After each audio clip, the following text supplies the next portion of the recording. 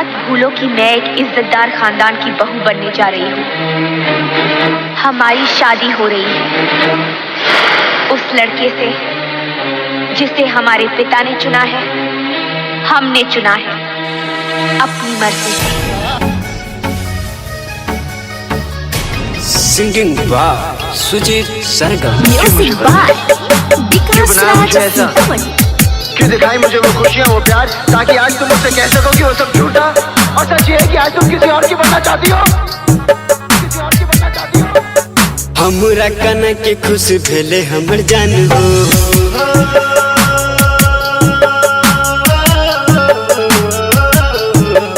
हमरा कना के खुश भेले हमर जान हो, हमरा कना के खुश भेले हमर जान हो। भेले कौन गलती हो, भेले कौन गलती बता दे भगवान हो।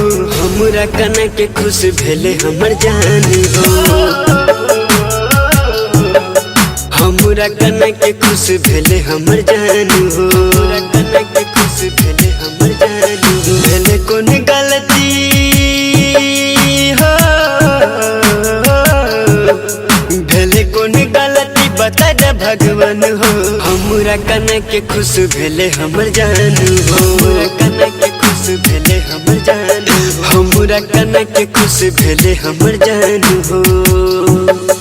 हम किसी दूसरे की अमानत है। नहीं, तुम सिर्फ मेरी हो और किसी की नहीं हो सकती। हम दोनों के बीच अगर कोई आया तो समझो वो मर गया। विकास राज। समझो वो मर गया।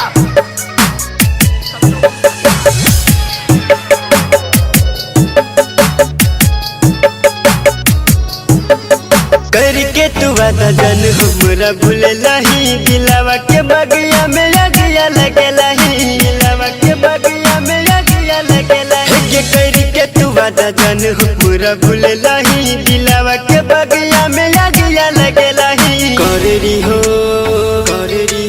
है कोई करेरी हो, प्यार कर गेले बदनाम गे। भेल कौन गलती हो, भेले कौन गलती बता दे भगवान हो। हमरा कना के खुश भेले हमर जान हो, हमरा कना के खुश भेले हमर जान हो, हमरा कना के खुश भेले हमर जान हो। हम किसी दूसरे की अमानत है। नहीं, तुम सिर्फ मेरी हो और किसी की नहीं हो सकती। म्यूजिक बाय हम दोनों के बीच अगर कोई आया तो समझो वो मर गया, समझो वो मर गया।